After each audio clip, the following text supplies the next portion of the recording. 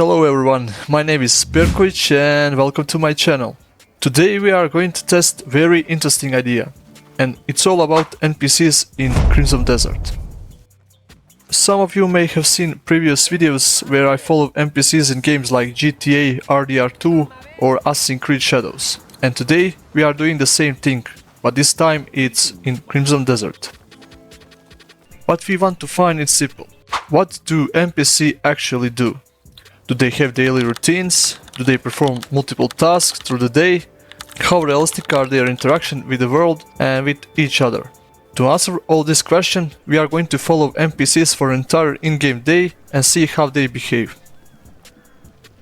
Alright, so we are starting right here, in the first city, the city of Hernand.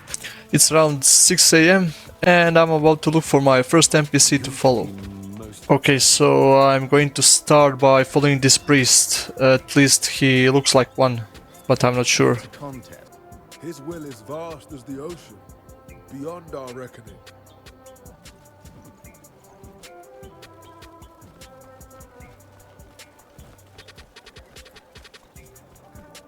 So I follow him for, I don't know, about 10 minutes. And he's just walking from one corner to another. So yeah, I think it's best to find another NPC. Okay, so I'm going a bit further south to a small village just below the city, where the NPCs seems to be a bit more interesting. This one with the goat looks interesting.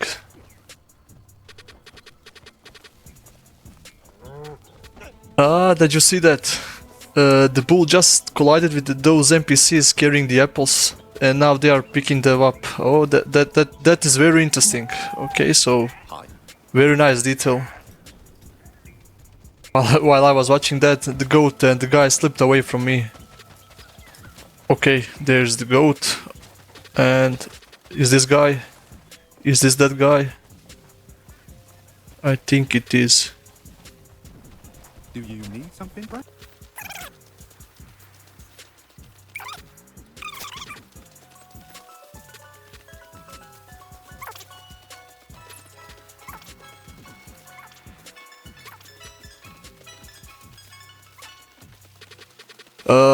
I've been following them for, I don't know, hour or two in-game, and it looks like I have to stop because they are heading too far away from the city. I came back to the city and it's almost 10 AM and the priest is still standing on the same corner. This video will be great. Great start. I also watched this NPC for a bit and he's just going in circles carrying that water.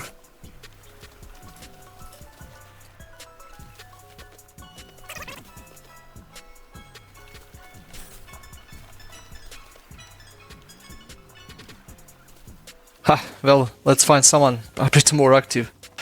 Alright, I'm going to follow these three peasants.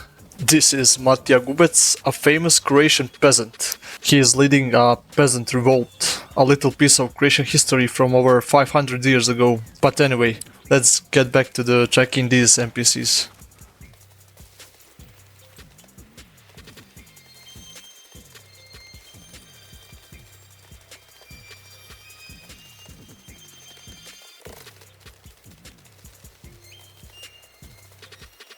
And once again, it looks like they are heading off into the wilderness.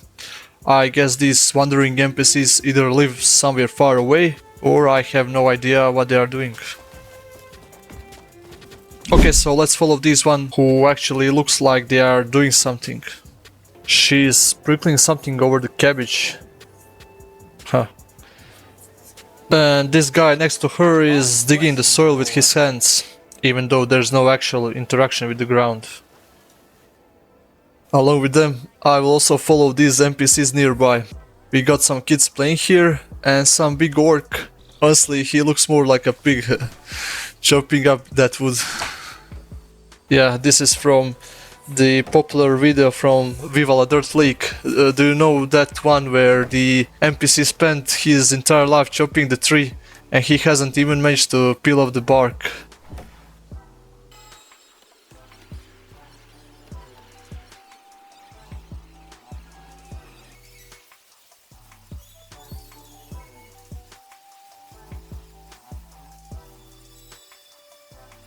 I speed things up a bit to keep the video shorter. Anyway, it's almost evening now and we are still following these same NPCs. The woman who was walking the field has started heading somewhere, so we are going to follow her and see where she goes. While the woodcutter is still hitting the same tree. Aye, with a faithful hound at your side.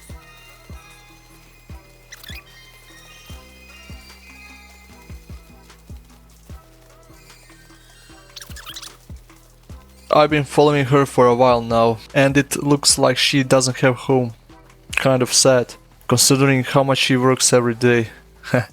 I went back to check on the woodcutter, and he's still hitting the same tree, and it's past midnight, which tells me that NPC in this game might not be as advanced as we thought.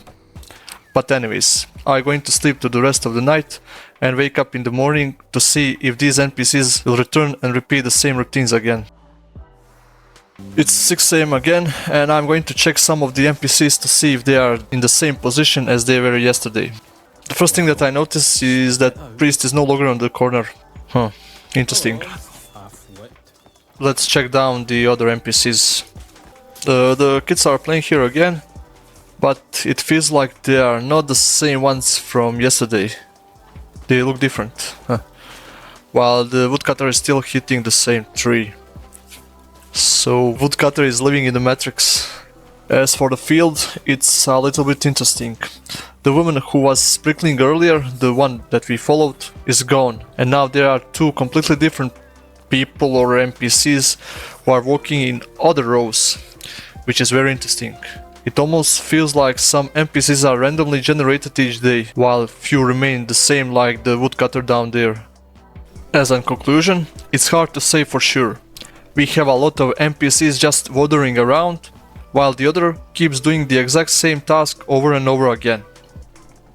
But what I find interesting is that it feels like NPCs actually change over the following days. Like some tasks don't belong to one specific character, but instead get passed on to someone else next day. For example, the woman who was planting seeds yesterday is no longer in the field today, and even the priest is no longer standing on the same corner. Since the game has the day system, I assume the NPC might rotate or change depending on the days of the week, which is actually pretty insane. I should also point out, although I haven't personally tested this, I've seen some players online share that NPCs can actually carve a real stone sculpture over the course of 5 in-game days, which is honestly very impressive. I also noticed, for example, this female NPC leaving a shop, walking to her house, and once inside, picking up a book and reading it. So yeah, it's hard to make a final judgment about NPCs in Crimson Desert. Sometimes they feel really impressive and the other times not so much. But if we go back to those 3 questions from the beginning of the video, the answer will be this. Yes, the NPC do have daily routines, yes, they can perform multiple tasks, and yes, they do interact with the world around them. But this is very important. Not all NPCs behave this way. So I think that is the most honest conclusion. Overall, if you look at the bigger picture, the world of Crimson Desert does feel alive and fun, which was clearly the main goal of the developers. So that said, thank you all for watching and I see you in the next video.